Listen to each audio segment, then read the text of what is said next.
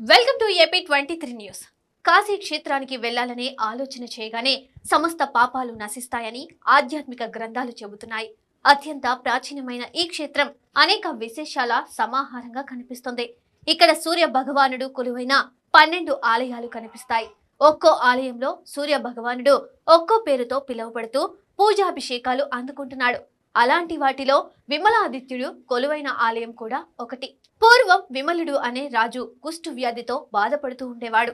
దాంతో జీవితం పట్ల విరక్తితో ఆయన భార్యా బిడ్డలను వదిలి కాశీ క్షేత్రానికి చేరుకుంటాడు. ఆదిత్యుని రూపాన్ని ప్రతిష్ఠించి అత్యంత భక్తి శ్రద్ధలతో ఆరాధిస్తాడు. ఆయన తపస్సుకు మెచ్చిన సూర్య భగవానుడు ప్రత్యక్షమై కుష్టు వ్యాధి నుండి విముక్తిని చేస్తాడు.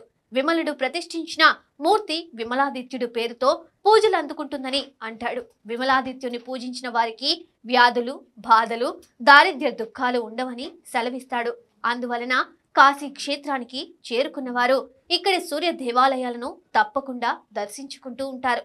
దీంతో ఆ ఆలయం వ్యాధులను నివారించే విమలాదిత్యుడిగా పేరుగాంచింది.